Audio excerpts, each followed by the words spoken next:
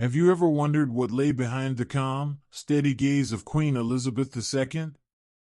We saw the wave, the smile, and the magnificent crown, but her 70-year reign was a journey filled with silent battles and immense personal sacrifice.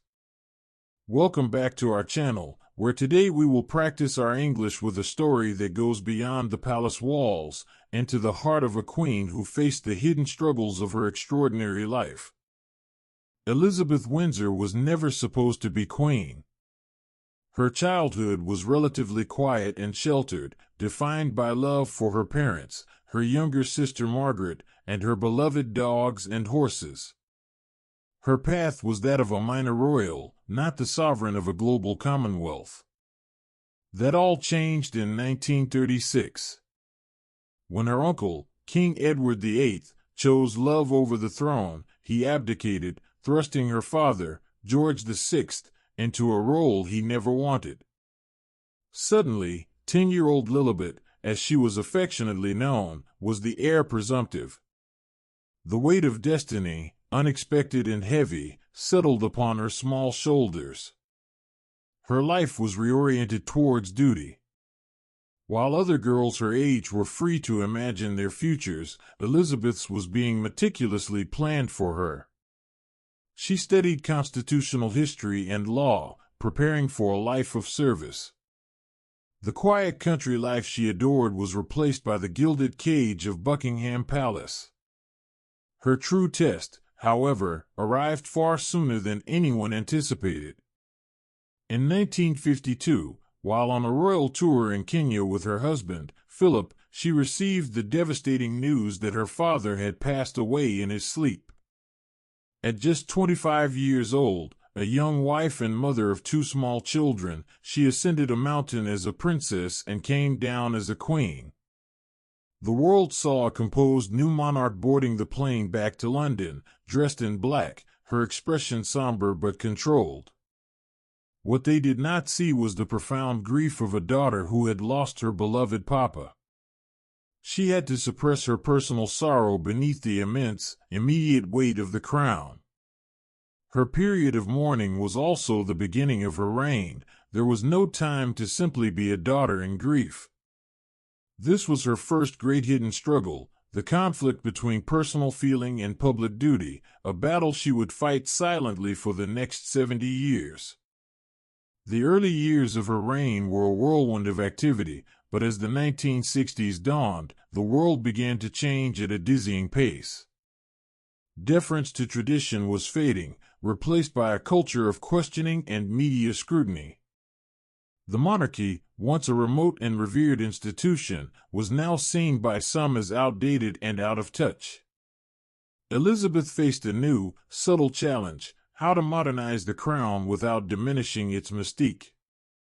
Pressured by advisors and Prince Philip, she reluctantly agreed to a televised documentary in 1969, titled Royal Family. For the first time, cameras were allowed to film the family's private life, showing them having a barbecue and engaging in seemingly normal conversation. The program was a ratings sensation, but the Queen privately worried it had opened the floodgates. She felt that by letting people see the ordinary individuals behind the titles, the magic and authority of the monarchy might be lost forever. This internal debate, between maintaining sacred tradition and adapting to a new, more open world, was a constant source of tension. A far more harrowing test of her character came in 1966 with the Aberfan disaster in Wales. A mountain of coal waste collapsed, engulfing a school and killing 116 children and 28 adults. The nation was plunged into a state of shock and profound grief. In the immediate aftermath, the Queen hesitated to visit. Her instinct, forged by years of training, was that her presence would be a distraction to the rescue efforts. She believed a monarch should remain stoic and not interfere. But as public sorrow mounted, her lack of immediate presence was interpreted as coldness. After 8 days, she finally went to Aberfan. The sight of the devastation and the overwhelming grief of the parents broke through her royal reserve.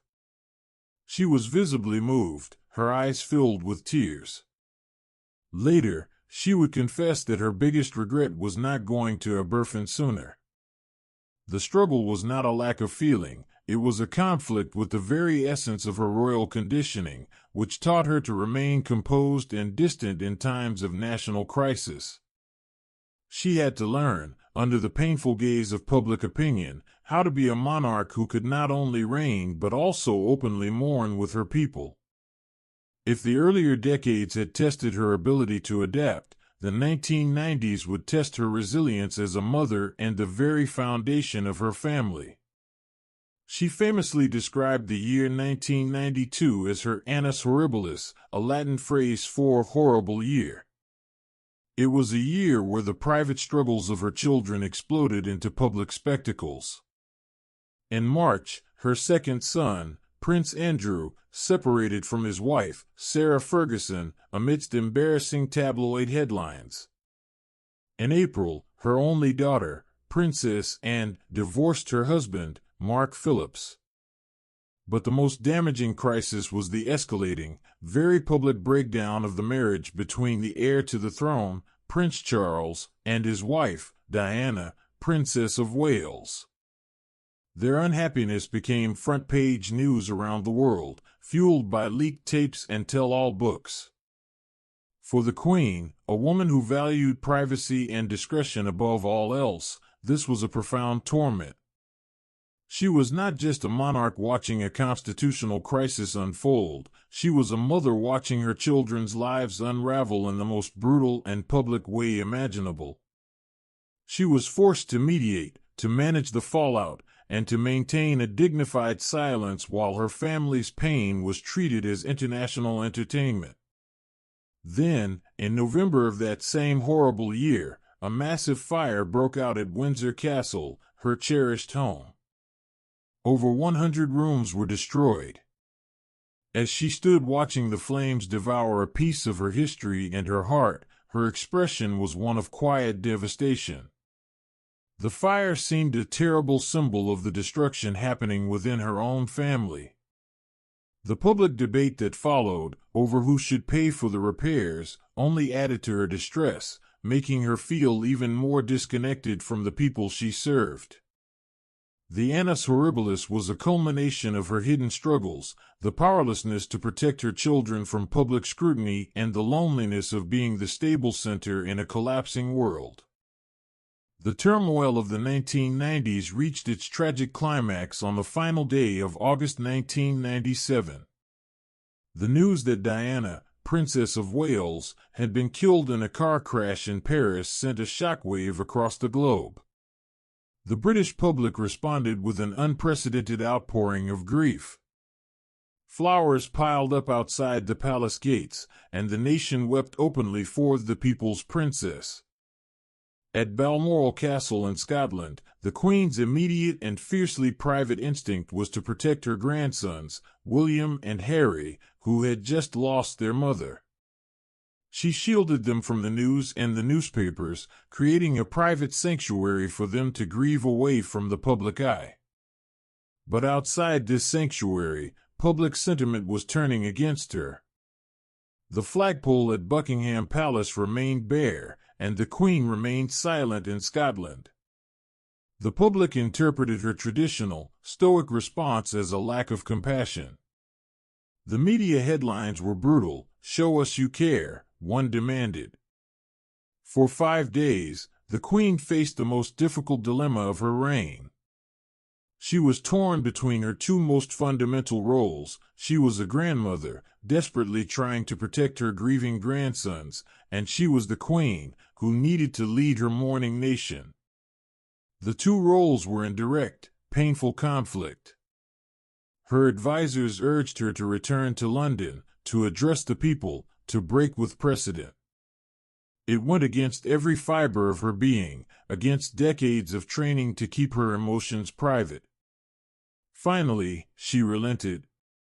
She returned to London, viewed the sea of flowers, and delivered a live television address to the nation.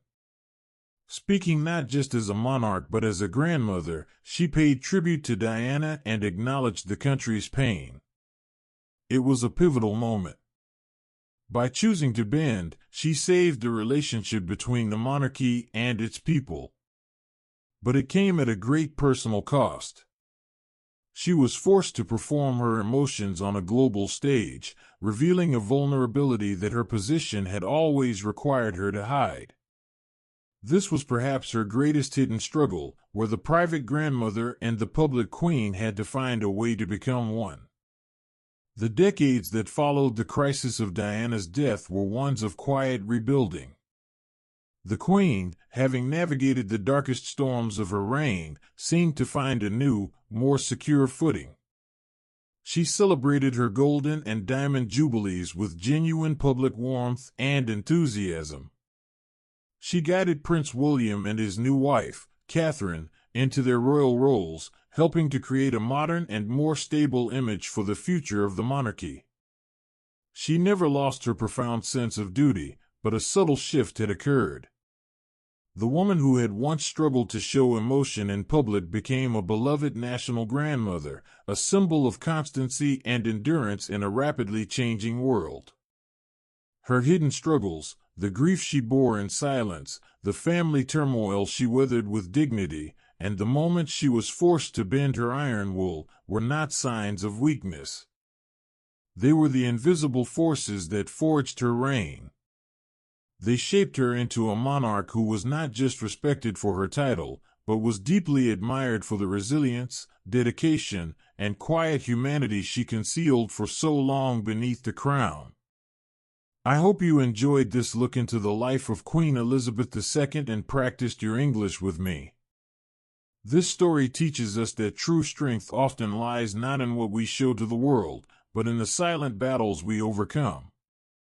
Remember to keep practicing, watch the video again, and repeat the sentences to improve your fluency.